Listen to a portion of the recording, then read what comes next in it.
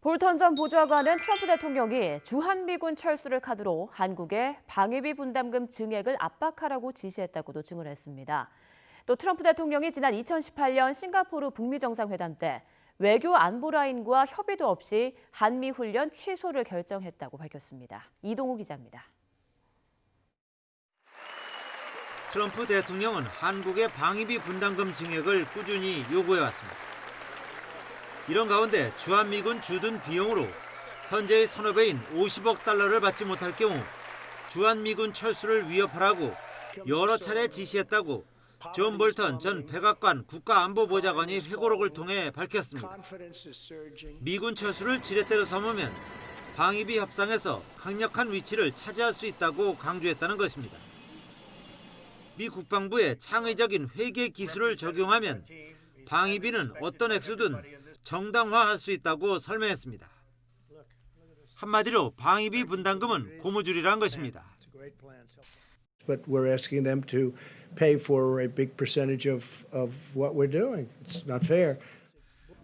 특히 북한의 미사일 발사에 대한 보고를 받은 후 방위비를 요구하기에 좋은 타이밍이라면서 미사일 때문에 한국에서 50억 달러를 받게 될 것이라고 말했다고 회고록에 기록됐습니다. 볼턴은 방위비를 이렇게 크게 인상하는 것은 불가하다는 것을 알고 있었다고 밝혔습니다. 트럼프 대통령은 더 나아가 미군이 왜 한국전에 참전했는지 그리고 왜 여전히 한국에 많은 병력이 주둔하는지 이해하지 못하겠다고 밝혔다고 전했습니다. 2018년 싱가포르 북미 정상회담 이후 폼페이오 국무장관의 방북에서 성과가 없자 북한은 기본적으로 비핵화하길 원하지 않는다고 트럼프 대통령이 토로했다고 적기도 했습니다. 이는 회담 직후 밝힌 내용과는 상반된 것입니다. Denuking, I mean, he's denuking the whole place, and he's going to start very quickly. I think he's going to start now. 한편 2018년 6월 싱가포르 북미 정상회담 때 트럼프 대통령은 참모들과 협의 없이 김정은 위원장이 제안한 한미 연합훈련 축소 내지 폐지를 즉흥적으로 수용했다고 볼턴은 주장했습니다. YTN 이동우입니다. 내일 중부와 남부지방의 여름 장마가 동시에 시작됩니다. 앞으로 한 달 정도가 장마철인데요. 집중호우와 무더위가 번갈아서 나타날 것으로 보입니다. 정혜윤 기자입니다. 제주도에는 지난 10일 예년보다 10일 정도 일찍 장마가 시작됐습니다. 이후 보름 가까이 먼 남해에 머물던 장마 전선이 다시 북상하고 있습니다.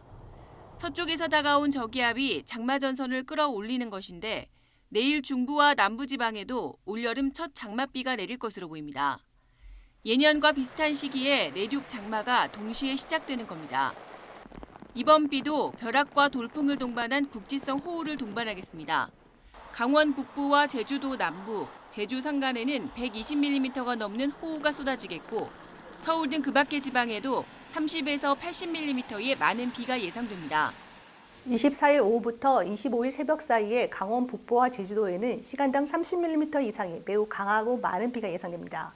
그 밖에 전국 곳곳에도 돌풍과 함께 천둥, 번개가 치는 것도 있겠습니다. 장마전선은 금요일 잠시 남해로 물러났다가 일요일쯤 다시 북상해 다음 주 초까지 전국에 비를 뿌리겠습니다. 이후 7월 중순까지 한 달 정도는 전국이 장마철에 들겠습니다. 하지만 긴 시간 비가 이어지는 과거 장마와는 달리 무더위 속에 집중호우가 주기적으로 나타나는 형태가 될 것으로 보입니다. YTN 정혜윤입니다. 제주도에는 지난 10일 예년보다 10일 정도 일찍 장마가 시작됐습니다. 이후 보름 가까이 먼 남해에 머물던 장마 전선이 다시 북상하고 있습니다. 서쪽에서 다가온 저기압이 장마 전선을 끌어올리는 것인데 오늘 중부와 남부지방에도 올여름 첫 장맛비가 내릴 것으로 보입니다. 예년과 비슷한 시기에 내륙 장마가 동시에 시작되는 겁니다. 이번 비도 벼락과 돌풍을 동반한 국지성 호우를 동반하겠습니다. 강원 북부와 제주도 남부, 제주 산간에는 120mm가 넘는 호우가 쏟아지겠고 서울 등 그 밖의 지방에도 30에서 80mm의 많은 비가 예상됩니다. 24일 오후부터 25일 새벽 사이에 강원 북부와 제주도에는 시간당 30mm 이상의 매우 강하고 많은 비가 예상됩니다. 그 밖에 전국 곳곳에도 돌풍과 함께 천둥, 번개가 치는 것도 있겠습니다.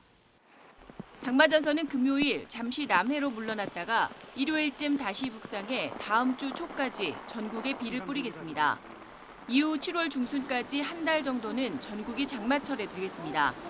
하지만 긴 시간 비가 이어지는 과거 장마와는 달리 무더위 속에 집중호우가 주기적으로 나타나는 형태가 될 것으로 보입니다.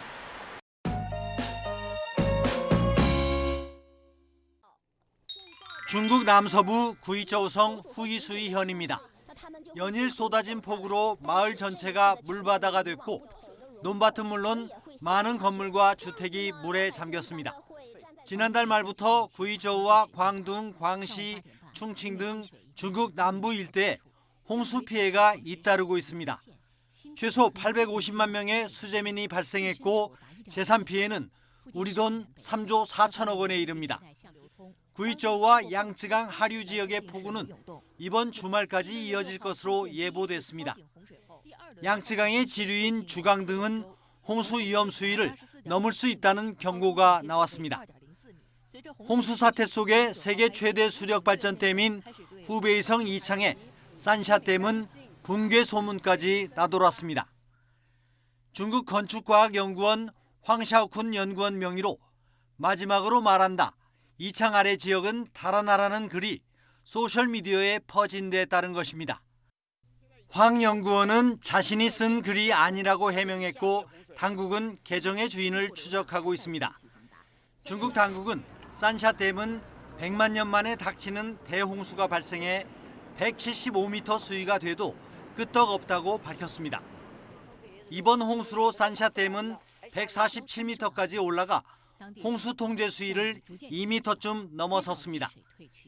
1년 전에도 산샤댐에 변형이 생긴 듯한 구글 위성사진 한 장이 나돌며 붕괴설이 퍼졌습니다.